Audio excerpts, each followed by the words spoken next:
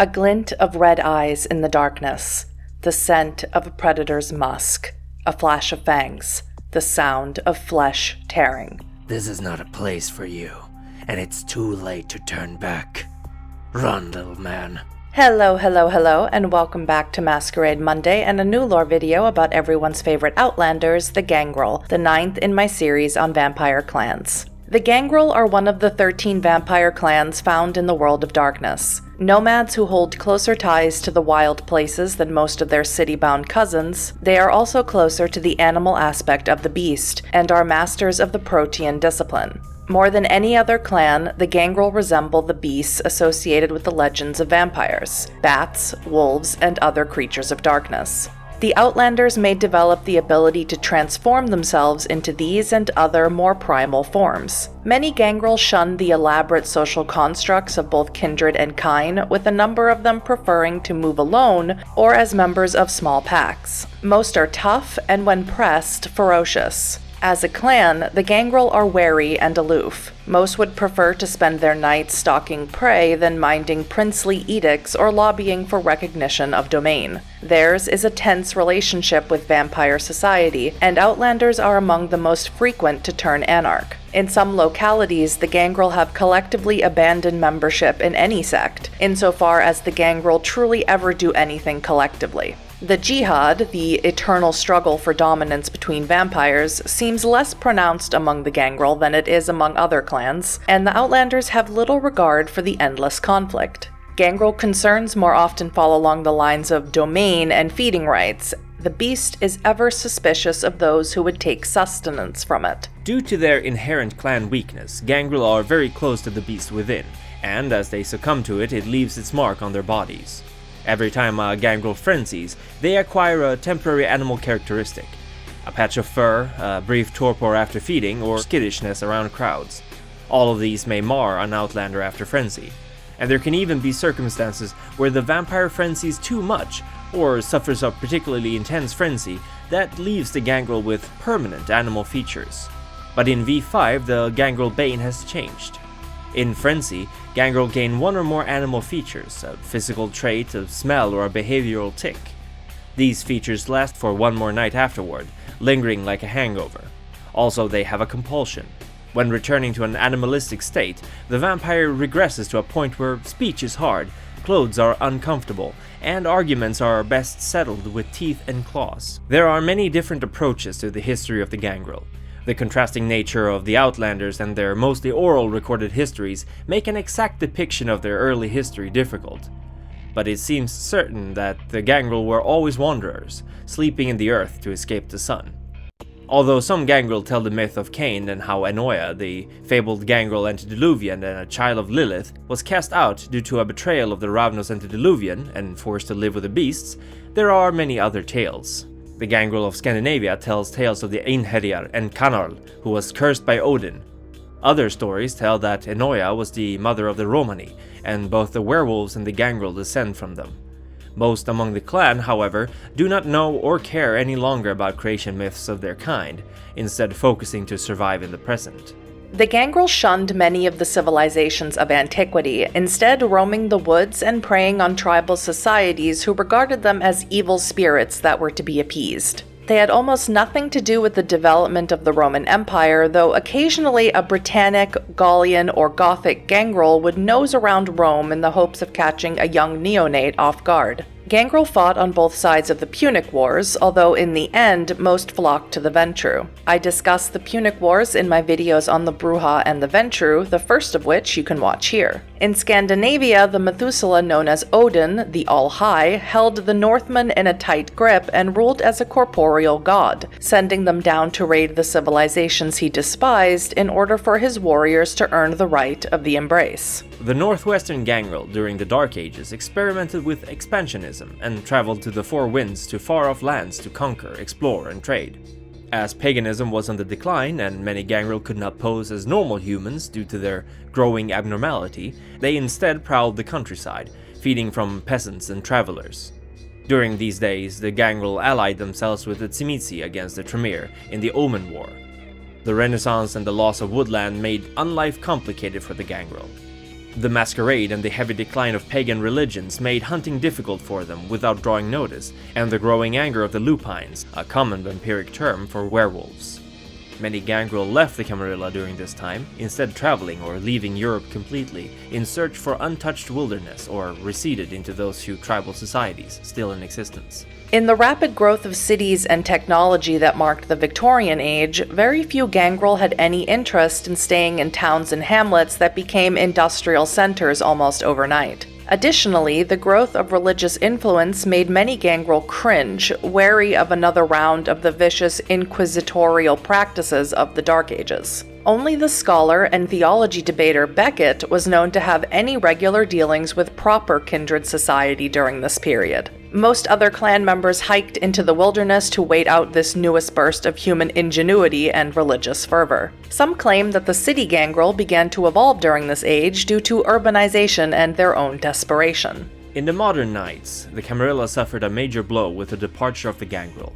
Over the course of a month, the majority of the clan abandoned the sect and became independent. The reason for their departure is credited to a vampire named Leopold, who acquired an ancient artifact called the Eye of Hazimel that granted him high levels of chemistry, the Ravenous Illusion discipline, and vicissitude, the Tzimitzi Flesh Shaping discipline. Leopold then began wreaking havoc across the countryside. His reasons weren't totally relevant because the artifact largely took over his actions. The Camarilla threw the Gangrel at the problem, but after suffering heavy losses, the Gangrel Justicar came back and claimed Leopold must be an antediluvian, and that he was just too powerful for the Gangrel to handle on their own. The Camarilla responded with skepticism to even the existence of antediluvians. Incensed, Xavier left the Camarilla, taking most of the clan with him. He was right that antediluvians do exist, but mistaken about Leopold. Antediluvians are far scarier. Almost all Gangrel organization is very local, where it exists at all. Regional groups of Gangrel occasionally assemble in convocations. These are informal affairs geared more toward sharing information and revelry than advancing any agenda. What little formal organization the Gangrel has is placed around the aptly named Gather, which are occasional meetings at which local and visiting Gangrel can exchange news, information, and stories, and decide on local matters. Gathers usually involve notice weeks in advance, as news travels more slowly among the limited network of the Gangrel. Once begun, gathers usually involve the rites demonstrating status to decide on leadership for the meeting. The rites can take days to accomplish and must be redone for every gather, as no two will have the same Gangrel meeting under the same circumstances. Once the hierarchy for the gather is established, the business at hand can be dealt with. No matter the circumstances, gathers always break up after a week. Status in general among the Gangrel is decided by rites, and these rites involve one of two things: combat or boasting. Combat is usually basic and unarmed. Two Gangrel who know each other may well simply spar, but those who are strangers battle until one of the fighters is incapacitated or surrenders. Boasting involves the two Gangrel making larger claims until one Gangrel backs down and asks for proof. The challenged Gangrel must then show proof of their claims or lose the right and their status. Gathers can also be used to form revels, which are essentially calls to battle. The Gangrel who participate in a revel form parties to track down and destroy enemies, such as enemy kindred, or others who have dared to invade the clan's territory. There are also meetings called Great Gathers. As a Great Gather relies on a powerful Gangrel who is respected by most of the clan to be called, they are extremely rare. When one is called, any member of the clan who can must travel to the meeting place. There, similar rites of strength and status that are found in a regular gather take place. However, there are no time limits to either the rites or the Great Gather. Even more rare, but related, are Grand Revels, which are essentially wars and battles involving the entire clan. Both are considered to be signs of bad luck by most Gangrel, and the fact neither have been called in centuries is a good sign. Given the mutability inherent in Gangrel Vitae, the clan is particularly prone to numerous offshoots, variants, and bloodlines, so much so that it is hard to know where to draw the line between what constitutes a proper Gangrel and what does not. Individual opinion among clan members differ, naturally. The Greek Gangrel were an offshoot which began in the Dark Ages. They are the historical antecedents to the modern city Gangrel. Gangrel have been hiding in the cities of man even before Babylon. As the centuries have passed, these Gangrel have focused on surviving in a different environment, one fraught with its own unique dangers. The Greek Gangrel, as they call themselves, developed obfuscate instead of fortitude, finding it better to hide from danger where mortals congregate. The Greek Gangrel are also on good terms with the Nosferatu, who share the sewers with them. I made a video all about the Nosferatu, which you can watch here. There are few Greek Gangrel, and most of them appeared in Constantinople, with at least one present in Paris during the Dark Ages. Unlike their wild brethren, they rarely ventured out into the wilderness. Though they never met at Gangrel gathers, many expressed interest in building ties with the main clan. The city Gangrel are a bloodline of the Gangrel that has adapted to urban environments. In the Dark Ages, the bloodline was known as the Greek Gangrel, as they were thought to have originated in Greece. In the modern Knights, the city Gangrel form half of the Gangrel anti-tribu within the Sabbat. The city Gangrel remind some kindred of coyotes. They are creatures well suited for wilderness life, but they adapt to an urban existence quite smoothly. The high number of prey in the cities, coupled with the Gangrel's inherent mutability of blood, has allowed the line to flourish. Their association with the Sabbat means that they embrace prolifically, but also that their unlife expectancy is short. Unlike country Gangrel, who can afford to let their animalistic ways take over and their appearance grow truly bestial, the coyotes, as they are called, must either adopt a more Nosferatu-like approach to unlife, or blend in with their prey. But city Gangrel are still Sabbat vampires, and that means they are predators. Any disguise they adopt is strictly that, camouflage to allow them to get close enough to bite. The country Gangrel resemble the independent and Camarilla Gangrel. They are savage, vicious hunters, more comfortable in the wilds between cities than the concrete jungles. The Sabbat has seen an influx of Gangrel converts from the Camarilla, and these hunters easily lost themselves in stalking and killing. The country Gangrel serve the Sabbat as assassins and scouts, using their command of animals to gather intelligence on the comings and goings of other kindred. Travel between cities was never exactly safe, as lupines seemed to prowl any patch of land large enough to grow a few trees. But with the hunters prowling about, looking for wayward neonates, roaming kindred faced even more dire threats. Free from the constraints of having to look human, these creatures relish the chance to hunt as wolves hunt, savage and in packs. If they have regrets, it is that their prey cannot usually run fast enough to make the hunt last. Gangrel Aquarii are a minuscule offshoot of the main Gangrel clan who make their homes underwater and are commonly nicknamed mariners. This bloodline is not necessarily transferred from sire to child. The child of any Gangrel may become a mariner, and the child of any mariner may not necessarily end up as a mariner themselves. A Gangrel's status as a mariner is determined based upon his affinity to the sea, and whether or not that Gangrel chooses to live the majority of his unlife underwater. Despite the vast reaches of the ocean, the mariner count only about 30 among their numbers. Their numbers may be underestimated, however, as mariners tend to consider themselves individuals rather than a distinct bloodline, and many older mariners are often so changed by animalistic adaptations that many, including other Gangrel, mistake them for monsters rather than other vampires. The mariners do not have any formal organization, as, just like their parent clan, they are largely individualistic. The only known group of mariners live in Lake Nyassa in southeastern Africa and consists of at least 4 members. Due to their ruthless efficiency in guarding the lake and its environs, it has been impossible to determine what, if anything, this brood protects.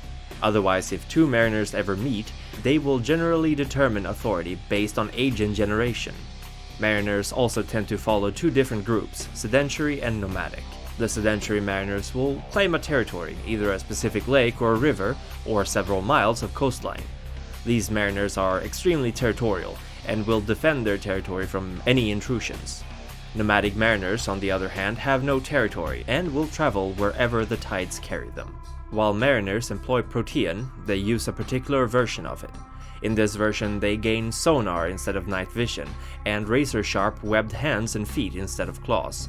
Other than that, the only thing that can be considered different about their form of protean is the animals they turn into with shape of the beast, which are always aquatic. though they occasionally will take the forms of seafaring birds such as an albatross or seagull for their flight form. While the Ashira, the sect under which Islamic vampires declare their faith in Allah, call all Gangrel Washin, there exists a distinctive line between both parts, similar to the division between city and country Gangrel, although with a much more hostile relation. In general, all Washin are believed to have been descended from a single vampire, the 5th generation Methuselah Zayat. The first group were the Washin that saw themselves as heirs and protectors to the nomadic Bedouin tribes of North Africa and Arabia. Many Washin, even though they followed the teachings of Islam to a point, were also wary of its influence. The second group were the Taifa, centered around Iberia, who openly converted to Islam and began to dwell in cities and develop social connections. The Gangrel are considered the most feral and predatory of the kindred, and because of their reclusive natures, animalistic tendencies, and loose organization, are the least social of the Canaanites, preferring solitude to society. They also tend to be extremely territorial and possessive, and to enter a Gangrel's territory without permission is certain death. They do have their role and reputation among the kindred as fierce warriors, but to get a Gangrel to agree to work with others, even other Gangrel, can be a difficult, if not impossible, task. Most of the clan's legends and myths, as well as the ways to garner prestige within the clan, are done orally. Storytelling and being able to hold a crowd are considered fairly valuable social currency, as there is little else to do in the gatherings out in the wilderness besides entertain each other with bravado and song. Most of these stories are true, but a good satisfying tale is regarded as more important than the facts or the details. Gangrel do not lie precisely, but embellishing the truth is a good way to sound much more impressive. Keeping to one's spoken word is also highly respected, as when all is said and done, the only thing stopping another vampire from screwing you over is their own sense of honor. This is not to say that the more socially inclined Gangrel cannot learn to play the jihad. In fact, many enjoy, or at least grudgingly accept, the great masquerade ball of betrayal, conspiracy, and power struggles that define so much of the kindred existence. The Gangrel also have ties to the Roma, and therefore will protect and shelter them, especially from other kindred. The Ravnos would also lay claim to the Roma, however, and as a result, the two clans have a mutual hatred for each other that goes back centuries. Given the distinctly rural nature of Clan Gangrel, the observer may be surprised to learn that many higher generation Gangrel are adept at managing modern technology, such as cell phones, computers, and cutting-edge vehicles. Clan Gangrel has realized that knowledge of technology is an important aspect of survival in the modern nights, and even the eldest Gangrel knows how to work a microwave. Gangrel often lair where they can, taking refuge when the sun threatens to rise. Those who do maintain permanent havens often lean towards the utilitarian. Everything from a cave to a covered alley to an illegal squat may serve as a Gangrel haven, usually with little demarcating them as any sort of personal territory. Gangrel sire child are like they seek prey, after long hunts during which the prospective child doesn't even know they're being followed. Creating a fledgling means sharing limited resources, so each sire-child relationship is unique and significant. Outlanders embrace because they choose an individual, not out of whim or recklessness. Those who earn their attention are hardy, whether physically or emotionally. A Gangrel sire often chooses a prospective candidate for the embrace during the feeding. If the mortal prey resists, fighting against what is happening, then his reward after death may be a taste of Gangrel blood. This method produces a Gangrel with a fierce desire to survive, even if they do not have all the tools. The Gangrel embraces the mortal, making the process as painful and terror-filled as possible, and leaves them. Usually the embrace happens indoors, in the rooms of the person punished, assuring their discovery and destruction. In recent nights, this punishment has fallen into disuse, though there are still some who actively enact it. A choice is almost never offered. This has become a tradition with the clan, since so few of them had a choice. The offspring of these Gangrel are considered by some to be inferior stock, even if they do survive. While not considered outcasts, a Gangrel given a choice rarely receives the same respect of those embraced traditionally. Embracing foes has the potential to backfire on the Gangrel. Should an enemy survive the first nights and develop their power, they could turn their new abilities to hunting the one who cursed them. This is a rare occurrence. Part of the punishment is to stack the odds so that survival is nearly impossible. A new Gangrel who manages to survive has an enviable combination of cunning, raw ability, and luck. Clearly a dangerous foe to have in pursuit, but possibly one with a bright future in the clan.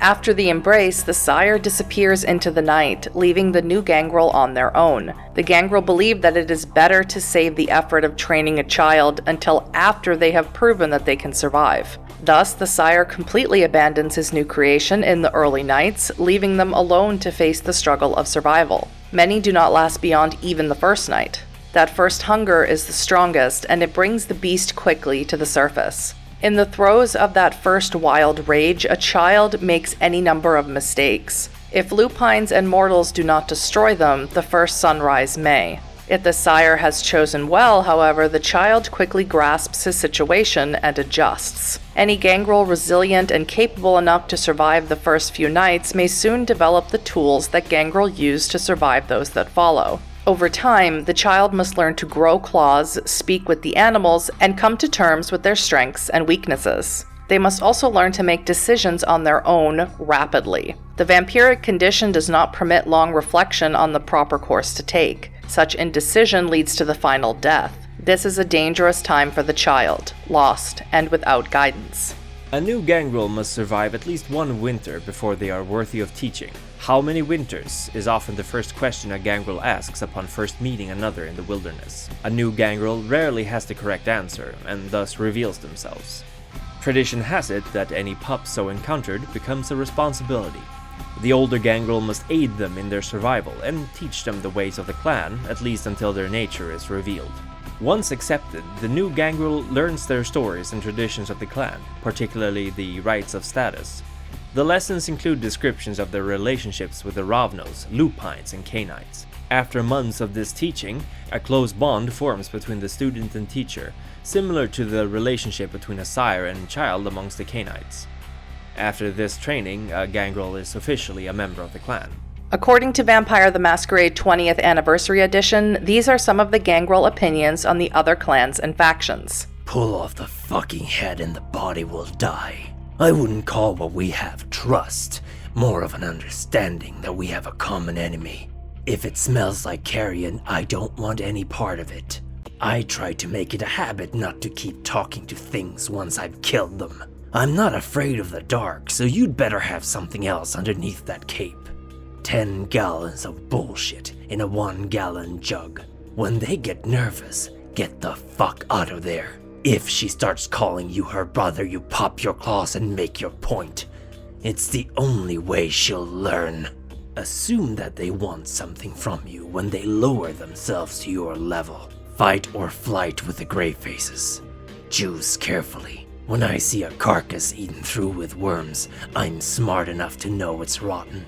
If you like answering to a master, you can do worse, but not much. Any port in a storm, I guess. Self-righteous evangelic garbage.